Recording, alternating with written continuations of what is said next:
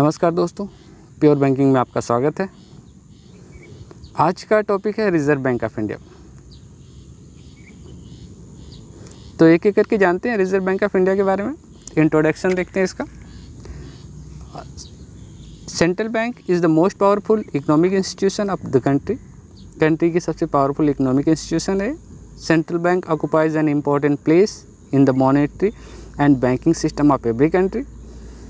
हर एक देश के मॉनेटरी और बैंकिंग सिस्टम में इसका बहुत बड़ा रोल होता है। It is the apex bank of the country's monetary and financial system. It was established on April 1, 1935 under the RBI act 1934. It was nationalised on Jan 1, 1949. इसका कैरेक्टरिस्टिक्स है, apex institution है, no profit motive है, control the economy, use of monetary means. Objective क्या है इसका देखते हैं। Operating monetary policy with the aim of maintaining economic and financial stability and ensuring adequate financial resources for development purpose. तो ये इसे make sure करता है कि जो हमारी इकोनॉमिक फाइनेंशियल स्टेबिलिटी है वो बनी रहे और मार्केट में एडिक्वेट फाइनेंशियल रिसोर्सेज अवेलेबल हो जिससे डेवलपमेंट होता रहे। इस देश की करेंसी रिक्वायरमेंट को भी पूरा करता है।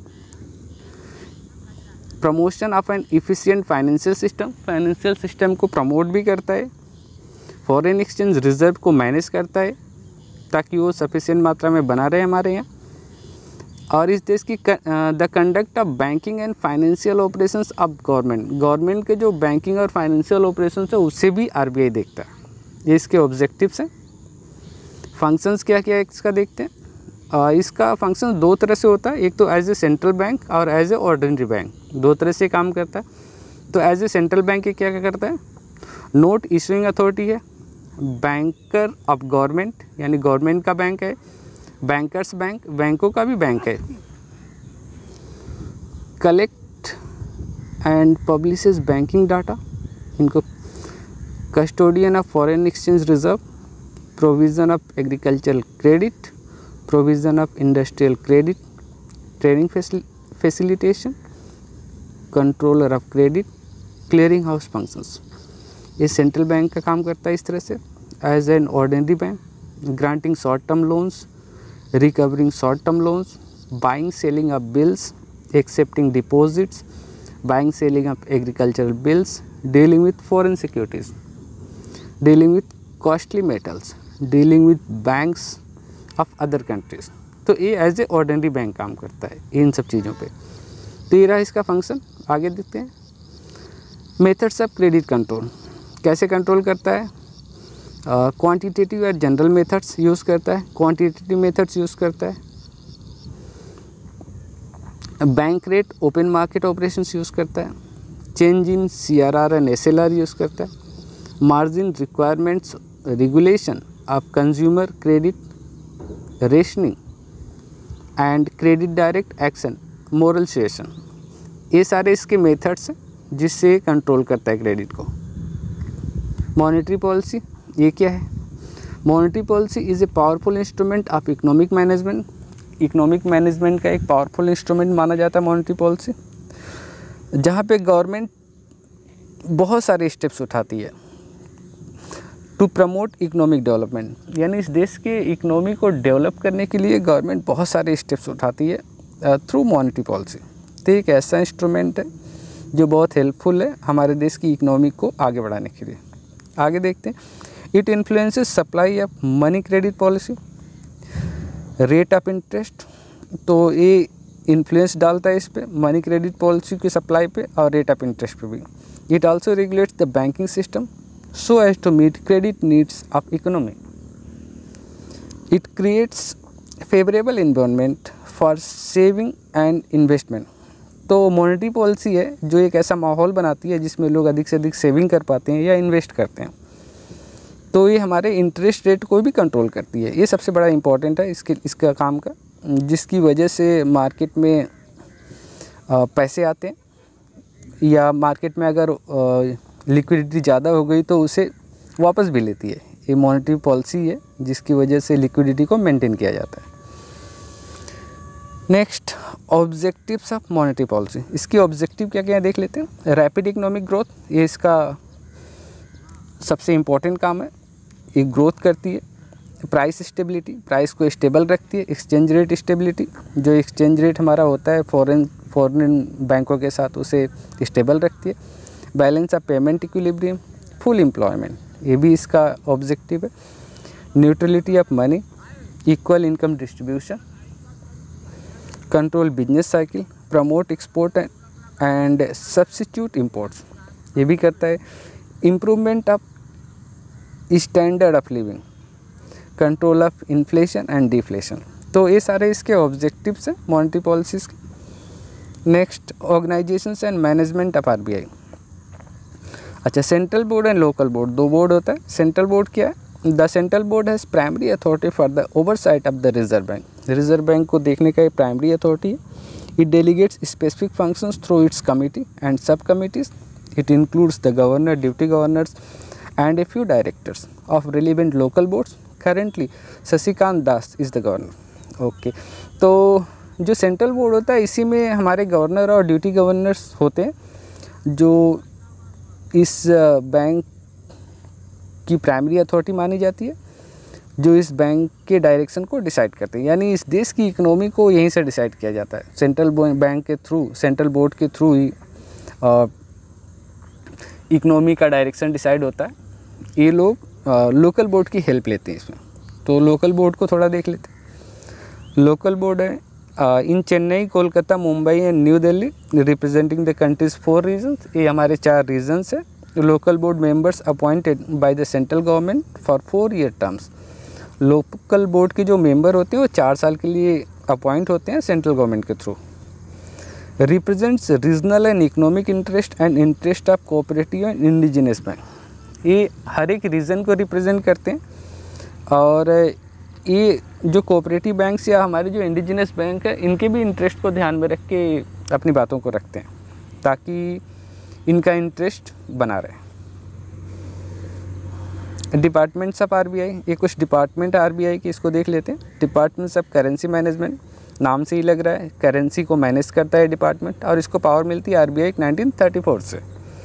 Department of banking operations and development, ये हमारी जो कमर्शियल बैंक होती है उसके ऑपरेशंस को मैनेज करता है, और इसे पावर मिलती है बीआर एक्ट 1949 और आरबीआई एक्ट 1934 से। और इसके अलावा ये बैंक की पॉलिसीज़ को भी मैनेज करता है। Rural planning and credit department, नाम से पता चल रहा है रूरल एक्टिविटीज़ पे इसका ध्यान होगा। तो ये काम क्या करता है? Looking after the welfare of the agricultural activities and rural employment programme.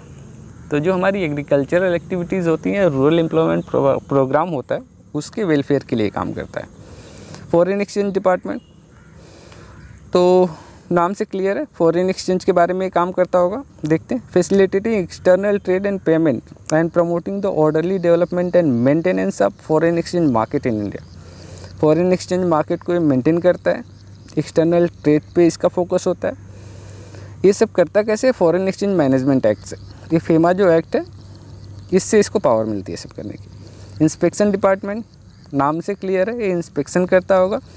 तो inspecting the working of banks and giving feedback to the top manager, ये हमारी जो बैंक्स हैं उनका इंस्पेक्शन करता है और उसकी रिपोर्ट ऊपर भेजता है।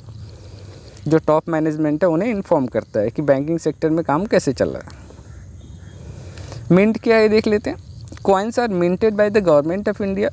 गवर्नमेंट ऑफ इंडिया हमारे देश के कॉइन्स जो सिक्के होती हैं उनको बनाती है। RBI is the agent of government for distribution, issue and handling of coin. RBI government का एजेंट होता है जो इसे मैनेज करता है, इसका डिस्ट्रीब्यूशन करता है, हैंडलिंग करता है और इशू करता है।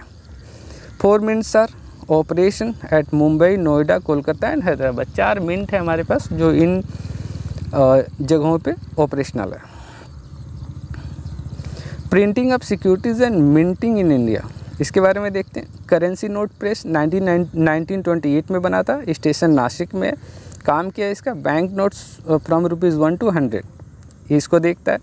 सिक्योरिटी पेपर इस्टेब्लिश 1967-68 में हुआ था, होशंगाबाद में, होशंगाबाद एमपी में है। Banks and currency notes paper ये बनाता है। बैंक नोट्स प्रेस 1974 में बनाता है, ये देवास में है। ABMP में bank notes of rupees 20, 50, 100 and 500 ये देखता है। Security notes printing press establish हुआ था 1982 में हैदराबाद में। यूनियन एक्सरसाइज ड्यूटी स्टैम्प्स ये बनाता है। इंडियन सिक्योरिटी प्रेस नासिक 1992 में बना था। Postal material, postal stamps etc ये इसके बारे में देखता है। अब थोड़ा फॉरेन एक्सचेंज मैनेजमेंट के बारे में देखते हैं। ये क्या है? It is an essential function of the RBI। ये RBI का बहुत ही इंपॉर्टेंट फंक्शन है। Being the central bank of the country, reserve bank of India also regulates exchange rate of रूपी in terms of foreign currencies.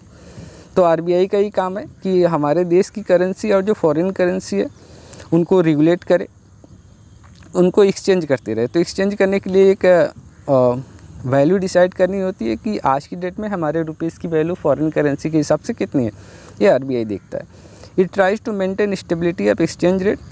Exchange rate की stability को maintain करने की कोशिश करता है। In order to maintain the exchange rate stability it has to bring demand and supply of foreign currency close to each other. Okay, demand and supply को बहुत ही close रखता है फॉरेन करेंसी को, ताकि इसे मेंटेन किया जा सके। Reserve bank deals with the currencies of only those countries which are member of IMF। एक इम्पॉर्टेंट पॉइंट है, इसको ध्यान में रखिए। IMF की जो मेंबर कंट्री है उन्हीं के साथ RBI करेंसी एक्सचेंज का काम करता है, यानी उन्हीं कंट्रियों के साथ जो IMF में है उन्हीं के साथ ये डील करता है करेंसी एक्सचेंज का।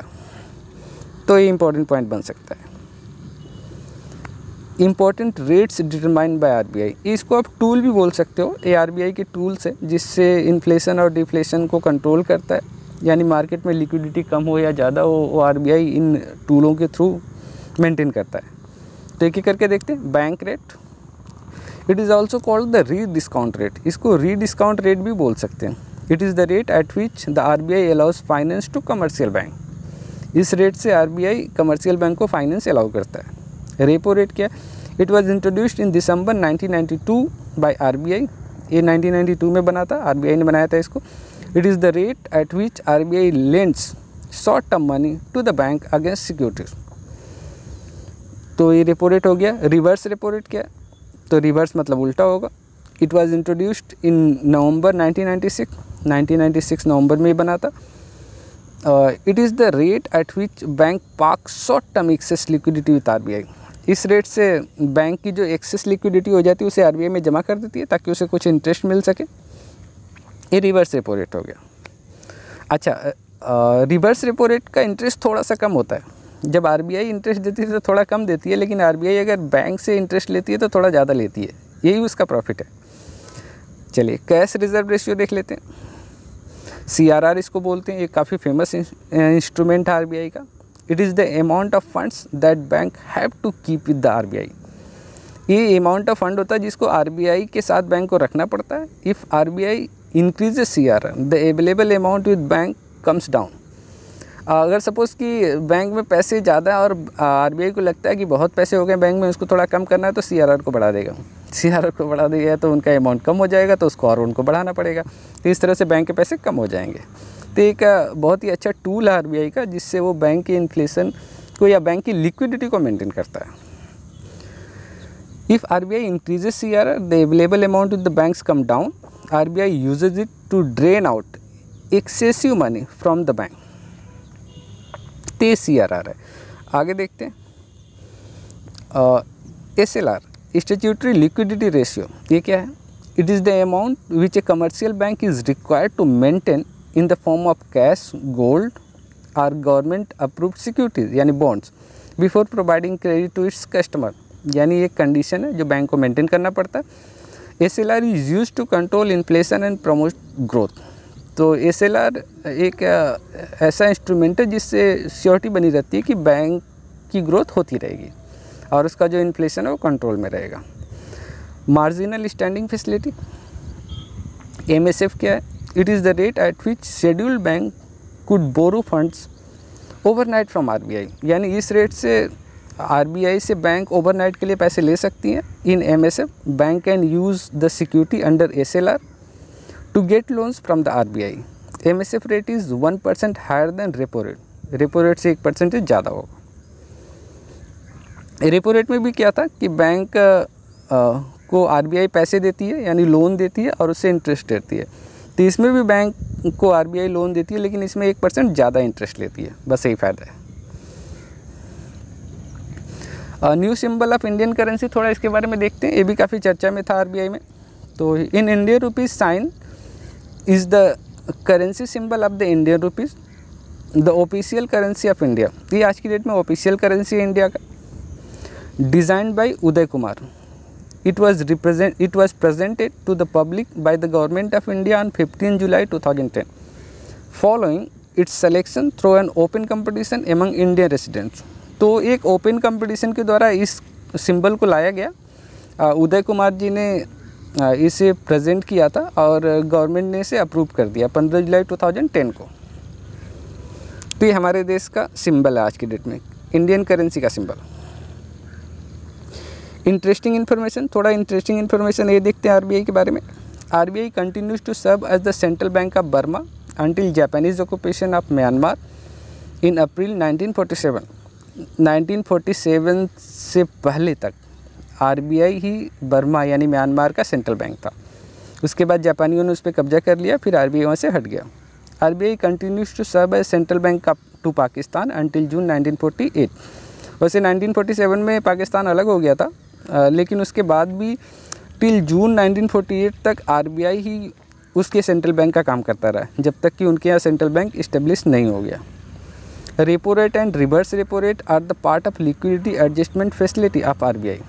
ओके, रेपो रेट और रिवर्स रेपो रेट पार्ट है एलएएफ का। Reverse repo rate will be kept 100 basis point. Reverse repo rate को 100 बेसिस पॉइंट रखना होता है, lower than the repo rate. On the other hand, marginal standing facility will be kept 100 basis point higher than the repo rate। तो ये कुछ interesting fact है RBI से related. तो मुझे लगता है अब इसे यहीं पे कंक्लूड करते हैं। आरबीआई के बारे में इतना ही। अब अगले वीडियो में मैं इससे रिलेटेड कुछ एमसीक्यू लेके आऊँगा ताकि आरबीआई का पूरा कंसेप्ट क्लियर हो सके। तो आज के लिए इतना ही। Thank you very much.